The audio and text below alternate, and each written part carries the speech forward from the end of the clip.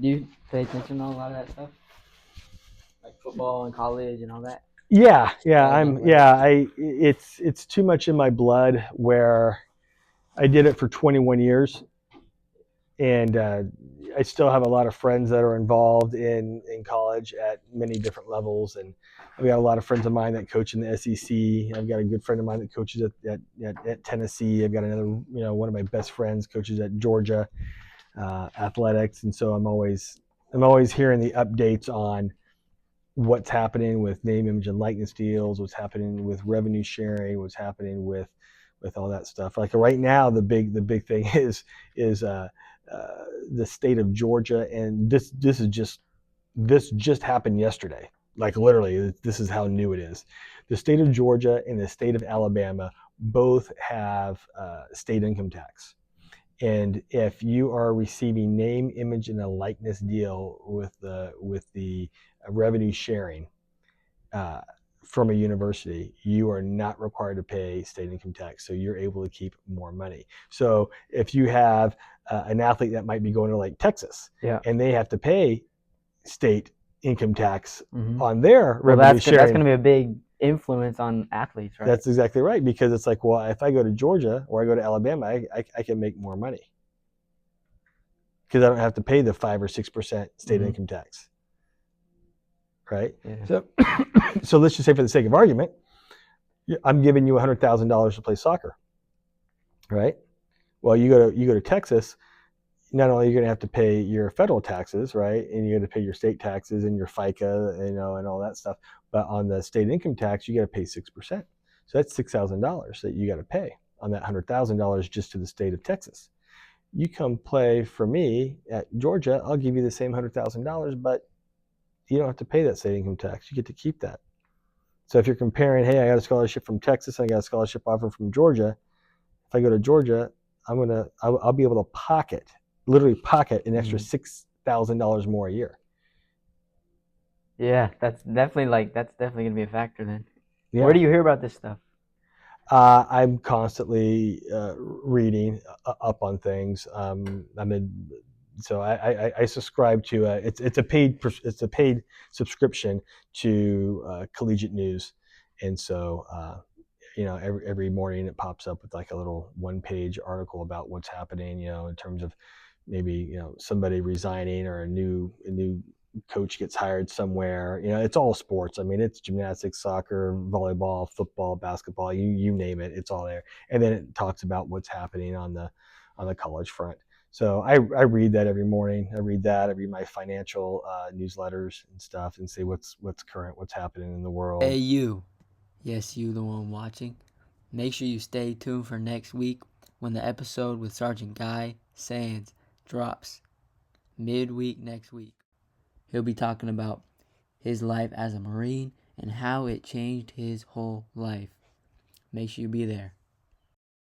You have a new president that came in, and the president's not supportive of athletics, which happens sometimes, because a lot of presidents are there because they're academia, and sports is an extension of the academic side, right? But you have some people that view athletics as like, yeah, I'm supportive of it, it's great, but don't ask me for anything more. Mm-hmm. Because I'm going to take all the money we have and I'm going to put it over here because this is what I see that's value, right? And the reality of it is that athletics is the front porch of any school. I don't care if it's a high school, I don't care if it's a university, it's the front porch. Why do you say that? Because that's what people think of, right? How's the football team? Like, what high school you go to? Oh, right. I mean, it doesn't matter. It doesn't matter what state you're at, right? You can be living in Wisconsin, you can be living in Oklahoma, you can be living in Florida, right? And so, oh yeah, okay, so right, a family member or a friend or whatever, you kind of meet up like, oh, so yeah, I go to high school in Florida. Okay, well, yeah. Well, how good's your athletics? Mm-hmm. That's the first people It's think. never like the dorm rooms or anything, or like how are the teachers? Yeah. It's always like that, unless there's like a specific course or a program, like how's the technology program? Yeah. Something like that. The athletics is the front porch, right? And so, and there was a study that was done that was a shock to a lot of administrators because it's not what people want to hear. It's the truth, but it's not what people want to hear. And there was this big study that was done. It was probably maybe about 15 years back now, because it's been a little while. But I still think that there's a lot of truth to it. And the study was the NCAA did this study, and they did it with general ed students. So if you were an athlete, you could not be a part of the study. Yeah. Okay. So just everyday students. Your everyday typical student. Okay. And it was a fairly large survey, fairly decent survey with a lot of data points on it. But they wanted to know, okay, what made you choose this particular university over another university? What is it? Is it the academics? Is it location? Is it this or that? Yeah, like what is it? Like what is it that made you want to come to this school? Mm-hmm. And guess what? The number one reason why a student chose. It can't be athletics, is it? Number one reason is because they want to support an athletic department that's winning. They want to go somewhere. That was there's there's a lot of reasons why people chose a particular school. Mm-hmm. But when you take the data and go, okay, what was the most common answer for their top reason? And it was because they want to be a part of something that's bigger than themselves, right? So I want to be part of Oregon State because their football program, their basketball program, their baseball program, right? I mean, they're successful, or University of Oregon, or whatever it is. Like, I want to be a part of that because they win. Yeah, they're on TV, right? People walk around in their gear. I want to be a part of that, right? Number two reason.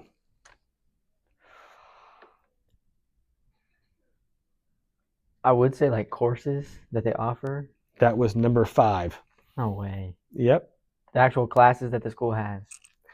Academics were the 5th choice, the 5th reason why they chose the university. I guess that kind of makes sense because it's like every school has academics, but not every school has a good sports program. Maybe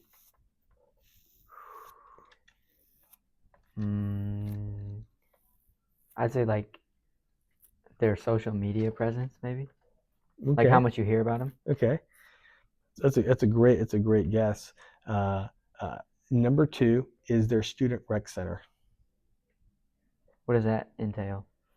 Their weight room, their pool, their workout facility, their rock climbing walls, where students go hang out.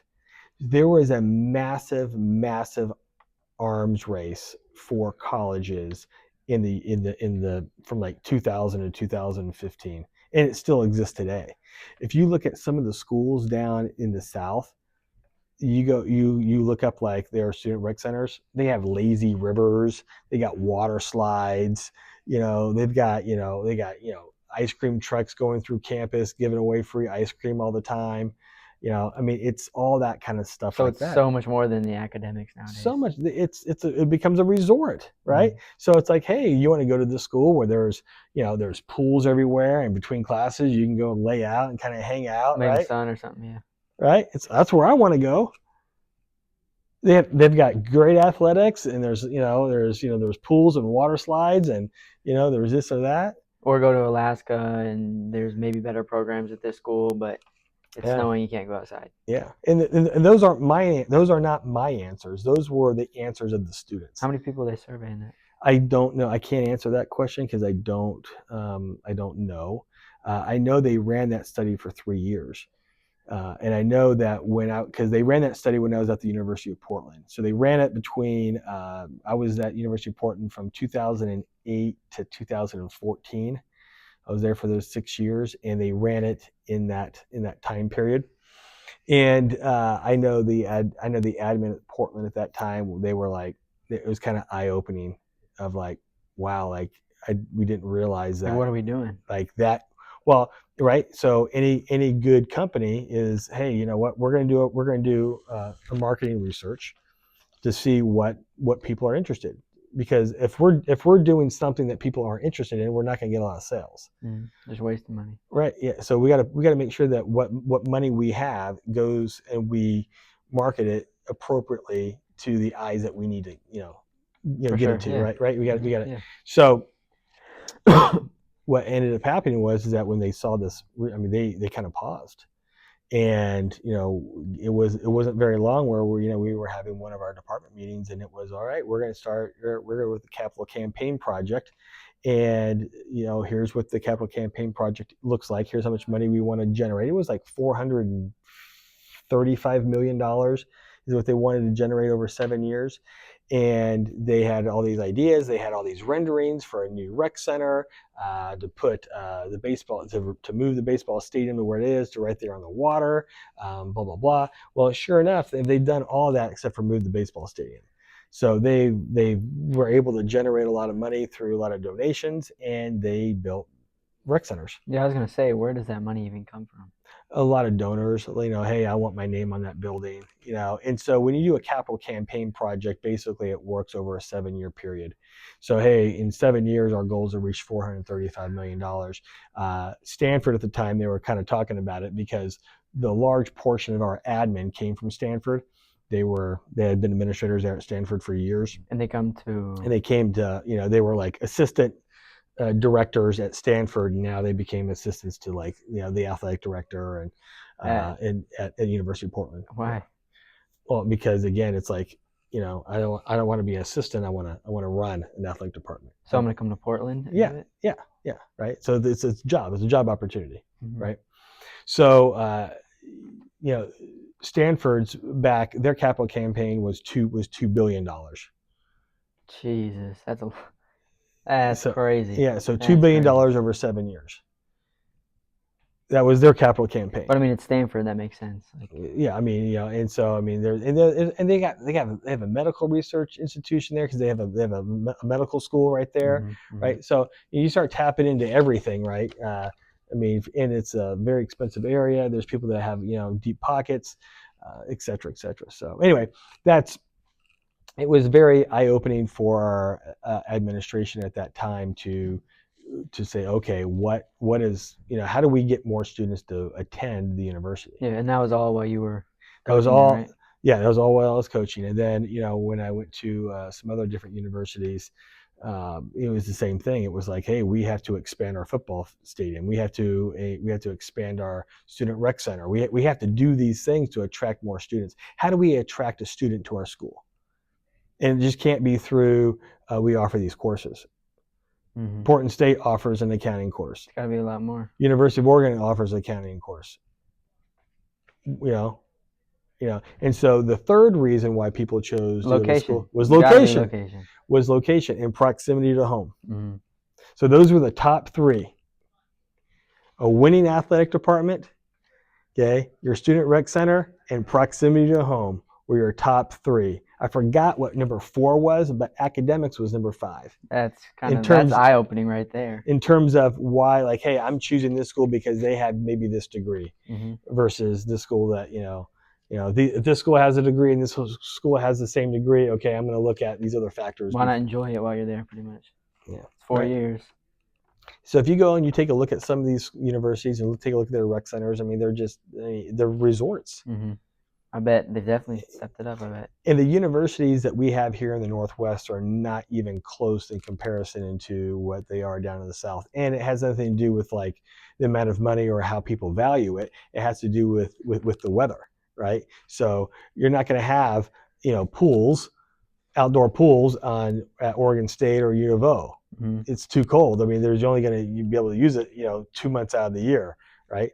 But down in the South, where it's, you can use it 8 months out of the year, 9 months out of the year, You're going to advertise that more. Hey, we can do this. It's mm-hmm. gonna sell.